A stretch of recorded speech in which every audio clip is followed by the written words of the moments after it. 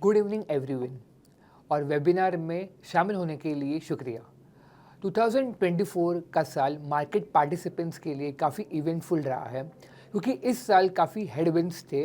Geopolitical developments, FIS का selling, inflation और भी कई फैक्टर्स का इम्पैक्ट था। लेकिन एक बात जो मैंने अपने एक्सपीरियंस से सीखा हूँ और आप सबको भी बताता हूँ, वो ये है कि मार्केट में रहना बहुत ज़रूरी है। हमेशा मीडियम टर्म और लॉन्ग टर्म सोचना ज़रूरी होता है, क्योंकि अगर आप ये सोचकर मार्केट से बाहर निकल जाते हैं कि जियोपॉलिटिकल टेंशन्स की वजह से अब बाहर निकलना सही रहेगा और जब मार्केट स्टेबलाइज होगा तब वापस आएंगे, तो ऐसे कभी नहीं होता। एक बार आप मार्केट से बाहर निकलते हो तो वापस आना मुश्किल हो जाता है। मार्केट बहुत फास्ट मूव करता है और फ्यूचर को डिस्काउंट करते हुए सब कुछ ऑलरेडी रिफ्लेक्ट कर लेता है। इसलिए हमेशा गेम में रहना, अच्छी क्वालिटीज़ के साथ रहना और मीडियम टर्म या लॉन्ग टर्म का पर्सपेक्टिव रखना बहुत ज़रूरी है। इन्वेस्टर्स के लिए की पॉइंट है कि गेम में रहना, और ट्रेडर्स के लिए रिस्क मैनेजमेंट काफ़ी इंपॉर्टेंट होता है। इलेक्शन डे को जो डिक्लाइन देखा था और मार्केट का जो बाउंस बैक हुआ था, अगर आपके पास रिस्क मैनेजमेंट नहीं होता तो ये 12 महीने बहुत डिफ़िकल्ट हो सकते थे। जब भी लाइफ में कोई चेंजेस होते हैं और अनएक्सपेक्टेड सरप्राइजेस आते हैं, तब कुछ अनसर्टेनिटी होती है। लेकिन अगर हम मार्केट के पर्सपेक्टिव से देखें, खासकर इंडिया की, तो तीन इम्पॉन्डेबल्स है जो हमारे सामने है। पहला, ग्लोबल ग्रोथ क्या होगा 2025 में, जो लार्जली नए प्रेसिडेंट के पॉलिसीज़ पर डिपेंड करेगा। दूसरा, इंडिया की ग्रोथ क्या होगी। पिछले 6 महीने से जो स्लो डाउन दिखी है, उससे काफ़ी स्केप्टिसिज्म है कि इंडिया प्रोलॉन्ज ग्रोथ स्लोडाउन का सामना कर रहा है। और तीसरा, एफपीआई की सेलिंग और इंडिया की इक्विटीज़ में डिमांड, जो वैल्यूएशन से भी रिलेटेड है। पहले ग्लोबल ग्रोथ की बात करते हैं, तो ये थोड़ा अनसर्टेन है। जैसे मैंने कहा, हमें नए प्रेसिडेंट की पॉलिसीज़ देखनी पड़ेगी। इंडिया के लिए रिलेटिव टर्म्स में सब कुछ ठीक लग रहा है, इसलिए ये रिलेटिव ट्रेड इनसाइड इंडिया को फेवर करता है। लेकिन एब्सोल्यूट ग्रोथ का जो ट्रेड है वो लार्जली डिपेंड करेगा कि पॉलिसी रोल आउट कैसे होती है, स्पेशली टैरिफ्स के टर्म्स में। हमारा बेसलाइन प्रोजेक्शन ये है कि ग्लोबल ग्रोथ नेक्स्ट ईयर थोड़ा स्लो हो सकता है, लेकिन कुछ सिग्निफिकेंट नहीं होगा। फेड की रेट कट से थोड़ा ऑफसेट मिल जाएगा, इसलिए हमारे लिए ये ठीक लग रहा है। इंडिया का फोकस सही है, इसलिए हमें इसके लिए कोई चिंता नहीं करनी चाहिए। अगर सिनेरियो वर्स्ट हो गया और पॉलिसी रोल आउट बहुत रेस्ट्रिक्टिव हो गया, जैसे हम अज्यूम कर रहे हैं, तो सेकेंड हाफ ऑफ 2025 में चैलेंजेस आ सकते हैं। अब इंडिया की ग्रोथ पर बात करते हैं, तो ये जो सॉफ्ट पैच या स्लो डाउन है वो टेम्परेरी है और काफ़ी पेक्यूलर है। फर्स्ट क्वार्टर ऑफ FY25 का इलेक्शन की वजह से अफेक्ट हुआ था। दूसरे क्वार्टर में अगस्त के महीने में एक्सेस रेंज थे और श्राद्ध के टाइम अभी बदल गए थे। सितंबर के एंड तक गवर्नमेंट का कैश बैलेंस आरबीआई के पास 4.2 ट्रिलियन के आसपास था, जो कि अनप्रेसिडेंटेड था। इसका मतलब है कि गवर्नमेंट ने अपनी एक्सपेंडिचर को डिफर किया। सेंट्रल गवर्नमेंट की एक्सपेंडिचर FY25 के पहले 6 मंथ्स गिर गई थी, इसलिए फिजिकल डेफिसिट भी 3.4% ट्रैक हो रहा था, जबकि टारगेट 4.9% था और पिछले साल 5.9% था, जो इकोनॉमी पर काफ़ी ड्रैग था। लेकिन ये सब अब पिछली बातें हैं। अब गवर्नमेंट का कैश बैलेंस 10,000 करोड़ के आसपास आ गया है और अब तक टैक्सेस के ऊपर जो 17 दिसंबर तक जो गवर्नमेंट को मिला, और गवर्नमेंट अब ज़्यादा स्पेंड कर रहा है, इसलिए इकोनॉमी अब काफ़ी अच्छी सिचुएशन में होनी चाहिए। इसके ऊपर से समर क्रॉप काफ़ी स्ट्रॉन्ग आ रहे हैं। खरीफ आउटपुट में 5.7% की ग्रोथ हो रही है और फार्म इनकम भी अच्छे होने वाली है। वेडिंग सीजन भी अब चल रहा है और यहाँ ज़्यादा ग्रोथ देखने को मिल सकती है, क्योंकि इस बार वेडिंग सीजन काफ़ी लंबा है। मेरा मानना है कि दिसंबर क्वार्टर काफ़ी स्ट्रॉन्ग होने वाला है और जो स्लोडाउन का स्केप्टिसिज्म था वो जल्दी ही दूर हो जाएगा। आरबीआई ने अपना स्टैंड शिफ्ट किया है और सिस्टम में लिक्विडिटी अब सरप्लस में है, जो ग्रोथ प्रोस्पेक्ट्स के लिए पॉजिटिव है। इसलिए डोमेस्टिक कंसर्न्स कम दिख रहे हैं और एफआईएस का केस में ये इंडिया स्पेसिफिक सेल ऑफ नहीं था, ये एक एमर्जिंग मार्केट ट्रेंड था, क्योंकि यूएस डॉलर ट्रंप की विक्ट्री को प्राइज इन कर रहे थे अक्टूबर में, और इससे यहाँ और अक्टूबर से ही रैली चल रही थी। इंडिया और चाइना दोनों मिलके ईएम इंडेक्स का आधा हिस्सा है और दोनों ने मेजर आउटफ्लोज देखे। चाइना का आउटफ्लो इंडिया से ज़्यादा था, लेकिन मुझे लगता है कि ये फेज़ अब कंप्लीट हो चुका है। जो करेक्शंस आई थी वो हेल्दी थी और हमें लगता है कि अब हम करेक्शंस की एंड पॉइंट पर हैं। आजकल मार्केट प्रेशर में है, इसके कुछ रीजंस हैं। पहला, weak Q3 FY25 updates, FIs वापस सेल मोड में है जो मार्केट पर प्रेशर डाल रहे हैं। Yen carry trade unwind, strong yen और firm USD global liquidity flows को डिसरप्ट कर रहे हैं और रिस्क एसेट्स को अफेक्ट कर रहे हैं। अगला है ग्लोबल कंसर्न्स, हाई वैल्यूएशंस और मैक्रो अनसर्टेनिटीज़ की वजह से एमर्जिंग मार्केट्स में सेल ऑफ्स हो रहे हैं। आखिरी है rise in US dollar and dollar index. US में ज़्यादा फॉरेन मनी फ्लो हो रहा है और बाकी जगह से कम आ रहा है, इससे भी प्रेशर बढ़ रहे हैं। ये कुछ रीजंस है जो मार्केट में प्रेशर डाल रहे हैं। Going in detail, first is weak Q3 FY25 updates by Indian INCs in December business updates that is putting markets under pressure and reflecting signs of a slowdown. अगर हम हमारे TM universe में जो stocks है across portfolios देखें तो PAT में 7.22% growth देखने को मिल सकती है as per Bloomberg consensus estimates. अब सबसे पहले हमें ये समझना है कि बॉन्ड यील्ड्स क्या होता है। अगर हम शॉर्ट में एक्सप्लेन करें तो गवर्नमेंट और कंपनीज बॉन्ड की हेल्प से अपनी ज़रूरतें पूरा करती है और इसके लिए वो इन्वेस्टर्स से पैसा लेती है और इसके बदले वो इन्वेस्टर्स को इंटरेस्ट मिलता है। यहाँ पर यील्ड का मतलब क्या है?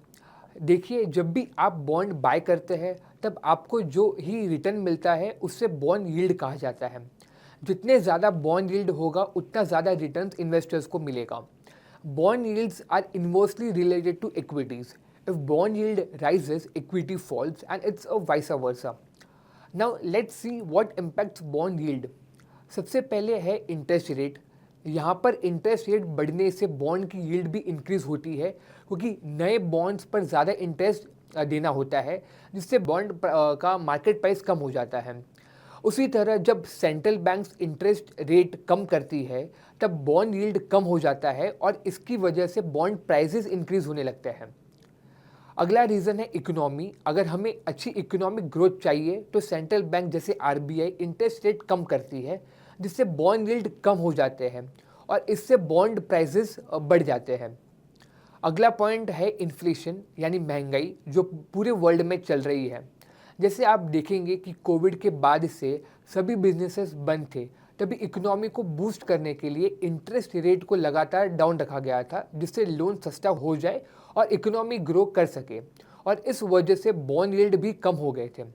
पर धीरे धीरे महंगाई के बढ़ने के कारण सेंट्रल बैंक के पॉलिसी टाइटनिंग शुरू कर दी और इंटरेस्ट रेट बढ़ना चालू हो गया जिससे बॉन्ड यील्ड्स भी धीरे धीरे बढ़ने लगे। इंटरेस्टिंगली स्टॉक एक्सचेंज पर जहां ये बॉन्ड ट्रेड करते हैं उनमें ये सब एक्शन पहले ही आ जाते हैं एक्सपेक्टेशंस को देखते। अगला पॉइंट को बॉन्ड यील्ड जो इम्पैक्ट करता है वो है क्रेडिट क्वालिटी। जिस कंपनी की क्रेडिट क्वालिटी ख़राब रहेगी उनका बॉन्ड यील्ड ज़्यादा रहेगा क्योंकि उससे अपना बॉन्ड सेल करना है, सेल करने के लिए इंटरेस्ट देना होगा जो कि कंपनी की क्रेडिट रेपुटेशन पर सवाल उठाता है। अब ये समझे कि हाई बॉन्ड यील्ड्स का इकोनॉमी पर क्या इम्पैक्ट करता है। जब गवर्नमेंट अपने बॉन्ड का यील्ड इंक्रीज करती है तब उसे कंट्री में इन्वेस्ट इंक्रीज होने लगते हैं जिससे वहाँ की लोकल करेंसी भी स्ट्रॉन्ग होती है, तो इस वजह से डॉलर भी स्ट्रॉन्ग होने लगता है और रूपी वीक हो गया जिससे स्टॉक मार्केट में अचानक सेलिंग हुई। अभी आप समझ गए होंगे कि बॉन्ड यील्ड का स्टॉक मार्केट पर क्या इम्पैक्ट होता है। As the calendar year has flipped into 2025, let's look at how the January month has been for the market historically. For this, we have analyzed the performance of markets for the last 10 years and the data suggests that the average returns have been between minus 0.1 to positive 0.2%. This can be attributed to the fact that we have begun Q3 earnings and as budget day approaches, the market moves in a narrow range. Interestingly, during the same period, the India VIX, that is the volatility index, has risen a minimum 7% in January in each of the last 10 years. So one can expect more volatility ahead. Next big trigger for market is budget. What is our expectations or kind of volatility expected during budget? So budget 2025 सिर्फ एक annual financial exercise नहीं है बल्कि ये India के विकसित भारत बनने के रोड मैप में एक पोटेंशियल टर्निंग पॉइंट हो सकता है जो 2047 तक अचीव करना है। एक ग्रोइंग इकोनॉमी के बैकड्रॉप में इस बजट से उम्मीद है कि ये एम्बिशियस रिफॉर्म्स और प्रैक्टिकल सॉल्यूशंस के बीच एक डेलिकेट बैलेंस बनाएगा, खास करके मिडिल क्लास के लिए जो इंडिया की इकोनॉमी का बैकबोन माना जाता है। जब बजट की बात करते हैं तो हमारा फोकस पॉलिसी कंटिन्यूटी पर है, जिसमें इंफ्रास्ट्रक्चर, कैपिटल एक्सपेंडिचर, मैन्युफैक्चरिंग और पीएलआई स्कीम्स जैसे सेक्टर्स को इंपॉर्टेंस दिया जाएगा। रिसेंट स्टेट बजट्स भी सजेस्ट करते हैं कि एंड यूजर्स को रिलीफ मिल सके, और यूनियन बजट में भी इसकी उम्मीद है टैक्स कट्स और कंजम्पशन इंसेंटिव्स के थ्रू। आने वाले स्टेट इलेक्शंस जैसे दिल्ली और उत्तर प्रदेश में गवर्नमेंट स्ट्रेटजीज को इन्फ्लुएंस कर सकती है, जो ग्रास रूट लेवल पर कंजम्पशन को स्टिमुलेट करेगा। अब बजट का इम्पैक्ट स्पेकुलेट करना काफ़ी अननेसेसरी है, क्योंकि पास्ट में भी हम बजट के आउटकम्स को स्पेकुलेट करते रहे हैं, पर एंड में वो मैटर नहीं करता। मार्केट के बारे में बात करें तो ब्रॉडली मार्केट ने अर्निंग्स ट्रेजेक्ट्री के पाथ को फॉलो किया है। बजट के इम्पैक्ट कुछ दिनों के लिए हो सकता है, लेकिन फिर मार्केट्स अपने फोकस वापस फंडामेंटल्स और अर्निंग्स पर शिफ्ट करेंगे। तो हम अभी बजट को इसी पर्सपेक्टिव से देख रहे हैं।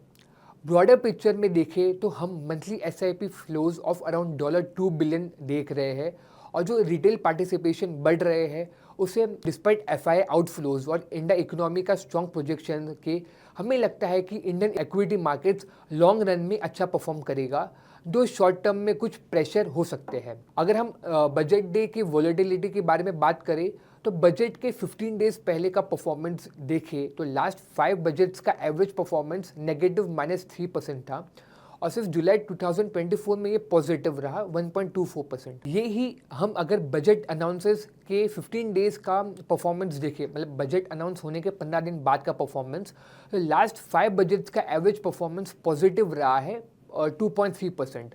ये हिस्टोरिकल परफॉर्मेंस है, और ये ज़रूरी नहीं कि ऐसा ये टाइम भी हो, बट एक रिफ्लेक्शन पॉइंट है कि पास्ट में ऐसा हुआ है, तो इन्वेस्टर्स के लिए एक ये अवेयरनेस हो सकता है। मार्केट्स ने ईयर टू डेट अच्छा परफॉर्म किया था, और इसकी वजह अर्निंग्स थी।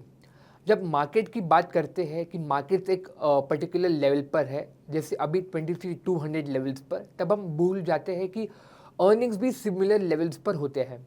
एक डेटा पॉइंट से आपको बताना चाहूँगा, NSE 500 प्रॉफिट पूल 4 साल पहले सिर्फ 4 लाख करोड़ का था, और FY24 के एंड तक ये 14 लाख करोड़ पर रहा।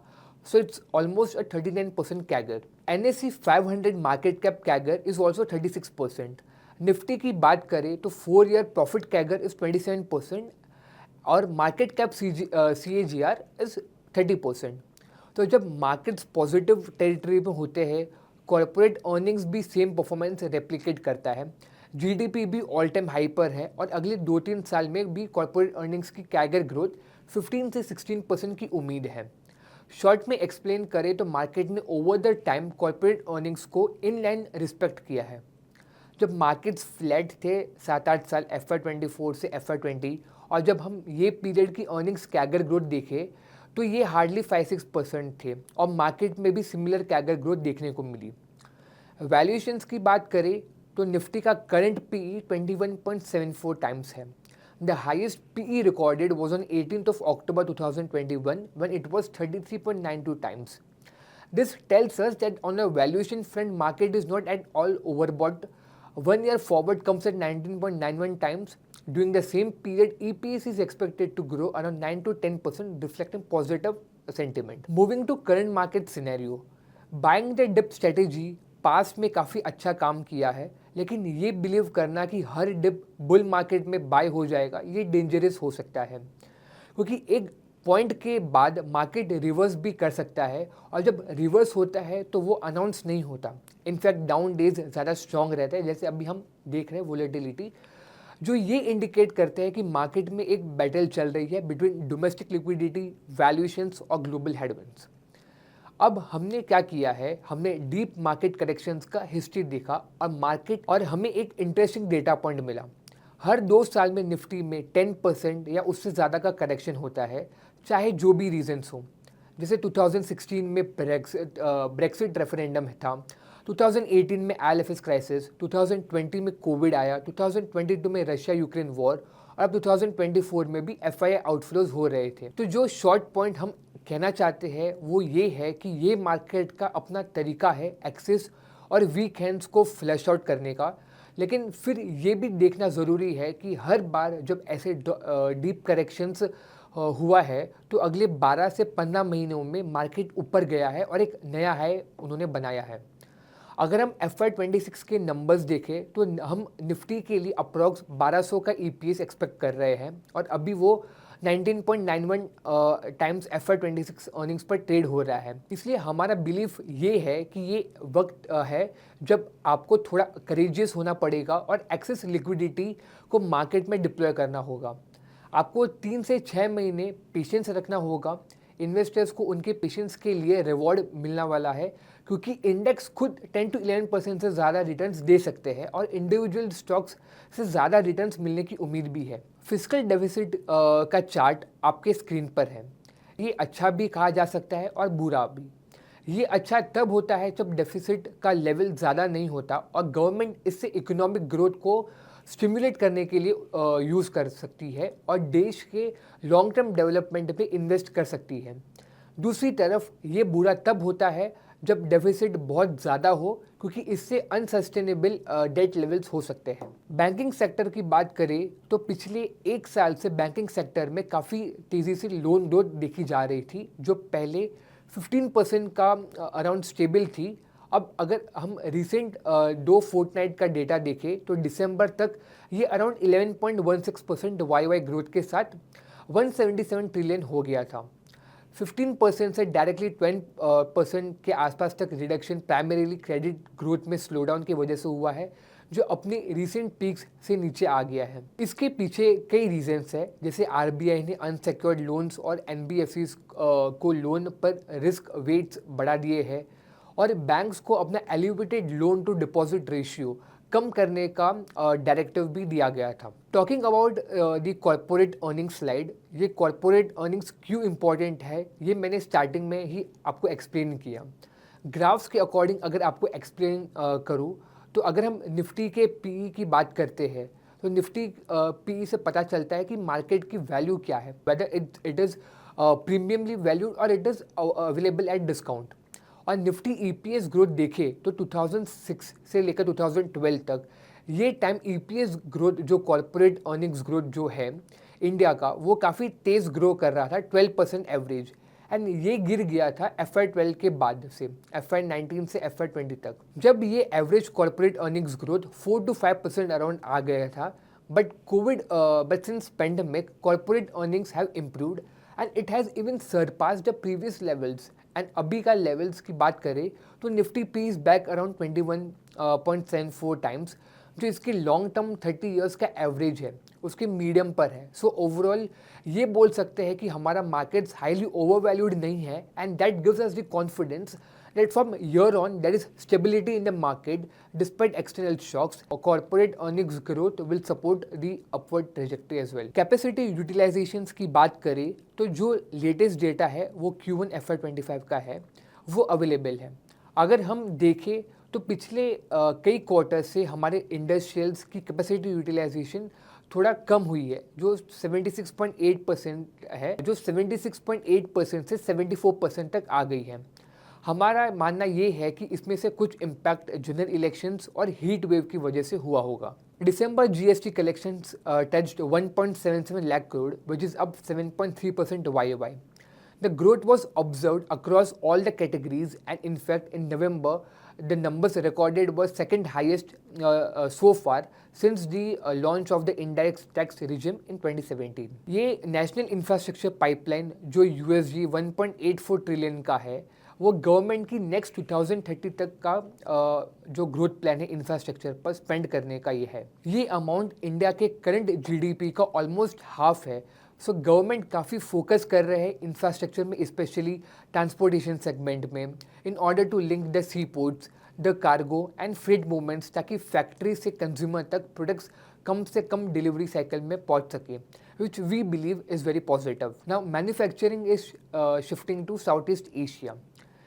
ये जो है वो एक ग्लोबल हिस्टोरिकल शिफ्ट आप देख सकते हैं, कैसे वर्ल्ड वॉर 2 के बाद यूएस से मैन्युफैक्चरिंग यूनिट शिफ्ट हुआ यूरोप और ईस्ट एशिया की तरफ, and then Japan and South Korea and ancient tiger economies जिनको बोलते थे South Korea, Singapore, Hong Kong and Taiwan, ये कंट्रीज़ में पहले शिफ्ट हुआ। एंड फिर यहाँ पर कैपिटा इनकम इंक्रीज होने के वजह से फिर से मैन्युफैक्चरिंग शिफ्ट हुआ चाइना की तरफ, और चाइना से ये वियतनाम, इंडिया और साउथ अमेरिका की तरफ शिफ्ट हो रहा है। वेव 4 में आप देख सकते हैं on the cusp of a long term growth cycle. This is the long term cycle of cash flow from operations upon capex. So यहाँ पर हम देख सकते हैं कि कैसे एक अपट्रेंड बना हुआ था जो ये बताता है कि दोनों इंडस्ट्री और cash flow from the earnings grow कर रहे थे, और इसका इम्पैक्ट हमें आगे भी देखने को मिल सकता है। FII और DI फ्लोज ये भी काफ़ी इम्पोर्टेंट है, और आप देख सकते हैं कि अग्रेसिव FII सेलिंग के बावजूद DI की स्ट्रॉन्ग बाइंग जारी रही। पहले ये होता था कि FII सेल करते थे तो हमारे मार्केट्स में बहुत ज़्यादा गिरावट देखने को मिलती थी, पर अब ऐसा नहीं है क्योंकि हमारे इंटरनल्स काफ़ी स्ट्रॉन्ग है। Inflation rate is very important because it will decide the action for the RBI whether to increase interest rates or not. With inflation now back at 5.22% and declining for second consecutive month, but still remaining above the RBI's band, we believe that RBI will take time to cut interest rates as of now. However, hopes have increased that it will cut rates soon. The International Monetary Fund, that is the IMF, has upgraded India's growth outlook on the back of better than expected resilience in its domestic demand. IMF now expects the India's GDP to grow by 7% in 2024. For 25, India's GDP growth is seen steady at 6.5%, which is again the highest than its peers. Talking about corrections in bull market, after bull market जो 2021 में हमें bull market देखा, उसके बाद एक silent period दिखा गया था, but after then again we have seen stellar rally from April, and we have seen Nifty also surpassing the historical 26,200 mark as well in 2024, and our expectation with the kind of corrections from highs that we have seen lately, the uptrend will continue in the market, though there may be some headwinds. Talking about Fed cycle, US Fed की जो interest rate cycle है, और जब वो interest rates बढ़ाते हैं और जब पॉज लेते हैं ये कट करके, तो उसके बाद S&P, NASDAQ, डाउ एंड सेंसेक्स की बात करें तो आप देख सकते हैं कि एक साल के अंदर बहुत अच्छी रैली देखने को मिलती है। US FOMC ने अब तक 2024 में 100 बेसिस पॉइंट्स का रेट कट किया है। Time in the market, our philosophy for the market is that it is always better to remain invested rather than time the market, because we believe no one is perfect and no one can guarantee you that he or she will be able to generate this much percentage of returns. So जब हम Nifty का 30 years का history देखते हैं, so if someone has remained invested for the last 30 years, then his CAGR return would have been 12.2%, giving a return of 31 times. And if you miss the best 30 days of Nifty in 30 years, then the return of 31 times will fall to just 3 times. That is why it is advised to always remain invested. Another data point is, if you are an investor in the early 20s, you would have been seen close to 6,000 trading days, of which top 10 trading days, which is 0.2% of the number of days, have accounted for 60% of the returns, and top 25 days have accounted for 84% of the overall returns. So hence, time in the market is more important than timing the market. Investment in securities market are subject to market risks. Read all the related documents carefully before investing.